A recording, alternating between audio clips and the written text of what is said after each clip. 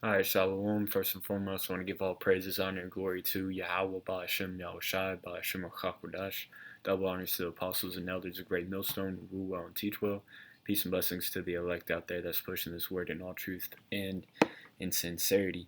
Alright, I came across this TikTok, you know, and it's satire about, how basically people just went right back to sleep once, quarantine was over. I'm gonna play it and then grab some scriptures and you'll see what I mean. Dude, did you hear? Quarantine's finally over. What? Really? Yeah. Come on. Oh boy. Finally outside. What a crazy year.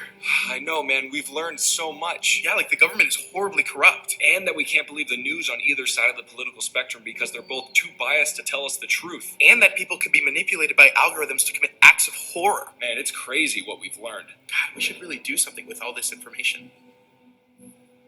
Or we could go to McDonald's. You read my mind. McDonald's. Why start a revolution when you can come to McDonald's? Hey man, but that's the point of satire, right? Is to tell the truth in a humorous way. It shows that people know the truth, but I mean, they just go right back to sleep. And the scriptures talk about that. Second Ezra 15. They shall think themselves to be in good case, because victuals shall be so good cheap upon the earth. And it's Second Ezra 15 and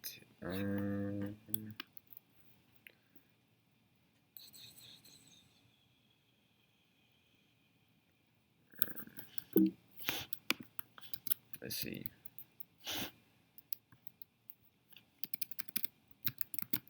Might be 16. Slakia. Yeah. Second Ezra 16 and I'll start at 19. Alright. In verse 19 it says, behold, famine and plague, like coronavirus, tribulation and anguish. Tribulation meaning like hardships, cause of a great trouble or suffering. 2020 was definitely a year of suffering. People being laid off jobs, middle class businesses being shut down, and anguish, severe mental or physical pain or suffering. And, especially mental, you had a bunch of mental disorders on the rise, such as depression, anxiety. That skyrocketed. I think more people died of like overdoses more than people did from the COVID-19. But so all these things are sent as scourges for amendment. All right, and scourges meaning like a correction. Let's get that real quick. Let's go to Google definition since it's not popping up.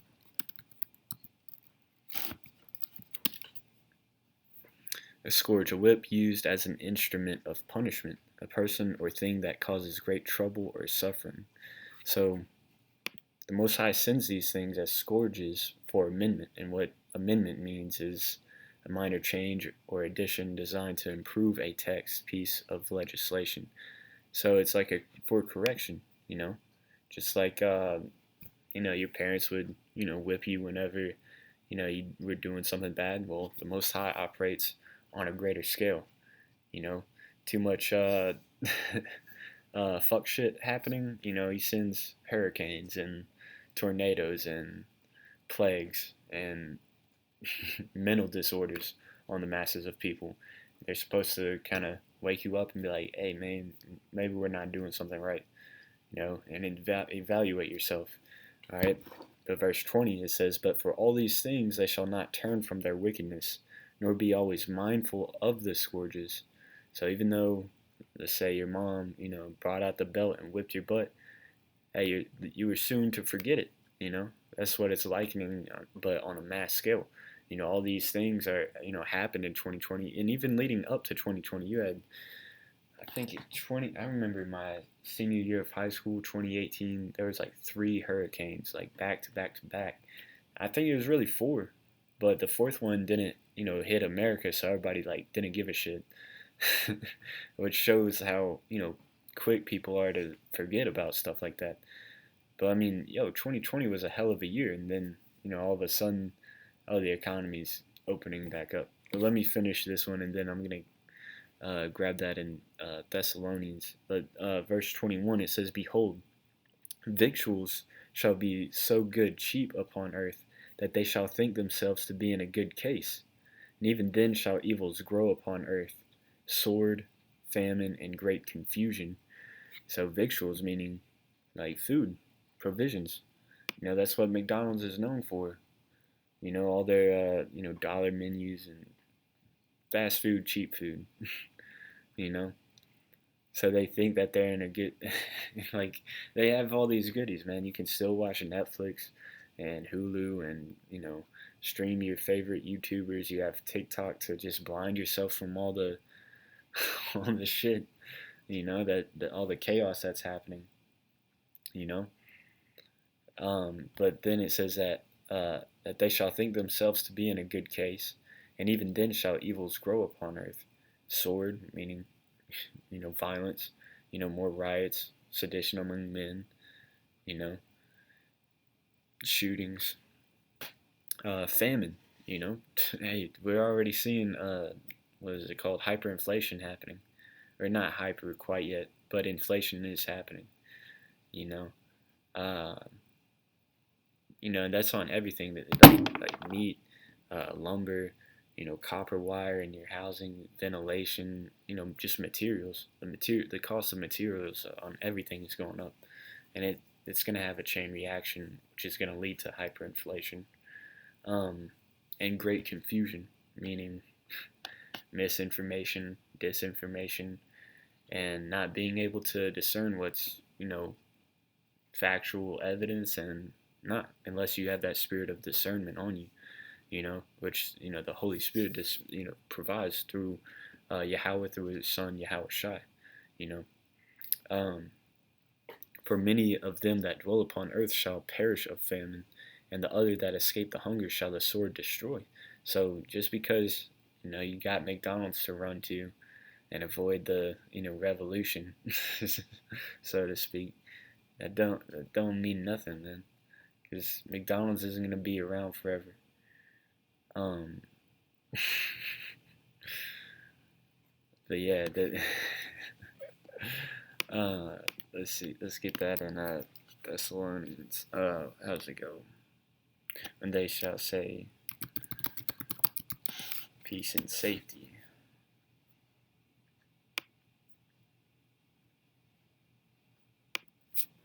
Yeah, this is 1 Thessalonians 5. I'll start at 1. It says, "But of the times and the seasons, brethren, ye have no need that I write unto you." So these videos that brothers do, hey, like it's really to keep ourselves sharp in the scriptures and keep us on the watchtower and keep us in the spirit. For brothers that do videos and know these scriptures, like on the back of your hand, like probably when I showed the TikTok, these scriptures already came to your head. So it's like no real reason that I write unto you. Same thing with Paul back then. Because he was waking up. The same spirits that are back here today doing these videos. Diligent, searching through the scriptures. So there was no need that he write unto you. But verse 2, it says, "For yourselves know perfectly that the day of the Lord so cometh as a thief in the night." So brothers know that Yahweh Shai is coming as a thief in the night.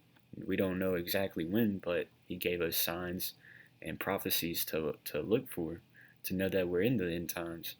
And part of the signs is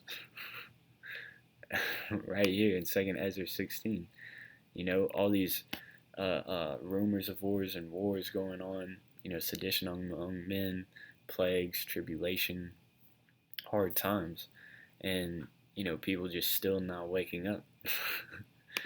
But verse 3 it says, "For when they shall say peace and safety, then sudden destruction cometh upon them, as travail upon a woman with child, and they shall not escape. But ye, brethren, are not in darkness, that the day should overtake you as a thief."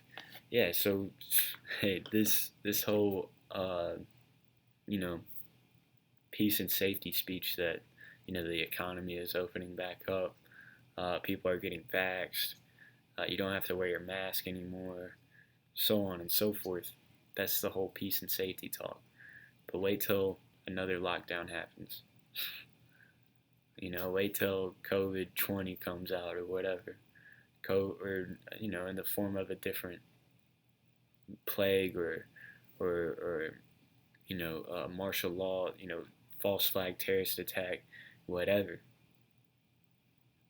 Then that's when the men of the Lord are going to be on their watchtowers and they're going to see it coming. But for the ones that just go back to sleep, hey, it's gonna take them as a thief in the night. It's gonna catch them off guard. Yeah, verse 5 it says, "Ye are all the children of the light and the children of the day. We are not of the night nor of darkness." Which means light representing knowledge. Because we have the wisdom and knowledge of these breakdowns of the prophecies. We know that Babylon's gonna be hit with nuclear missiles, and we know that Yahushua is coming back with his host of angels and the so-called UFOs, which are referred to as chariots of the scriptures, and deliver the elect, from that nuclear destruction. And darkness represents confusion, or being in the dark about something means you're not in the know. So, brothers are well aware of, what's about to happen. We don't know it detail by detail, but we know enough to have faith in Yahweh Shema Shai, and that's going to be enough to get us delivered. Lord willing, we are those elect spirits. But verse 6, it says, "Therefore let us not sleep, as do others, but let us watch and be sober." So just because the economy is opening back up isn't a vacation time of not being on your watchtower, your spiritual watchtower. It says, no, be sober, meaning being sober-minded. It doesn't mean like you can't enjoy it, like you can't sip on anything, but don't let it, get to the point where you forget about the laws, laws, statutes, and commandments, and the prophecies.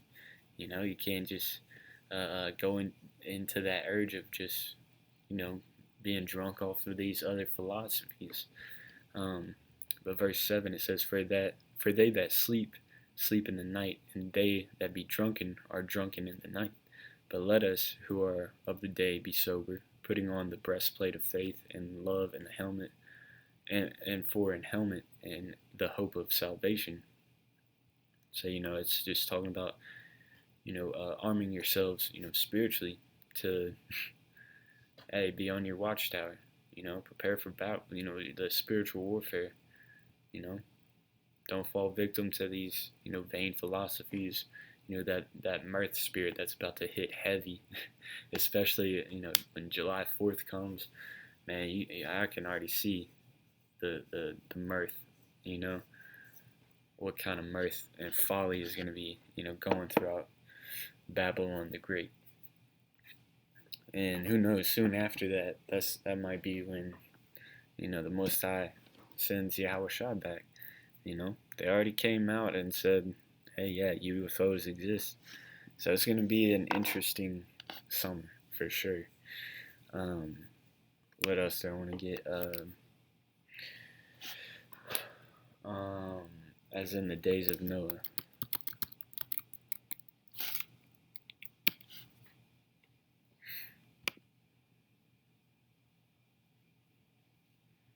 Yeah, Matthew 24 and 37. But as the days of Noah were, so shall also the coming of the Son of Man be. So think about Noah's Ark and the flood. For as in the days that were before the flood, they were eating and drinking, marrying and giving in marriage. Which,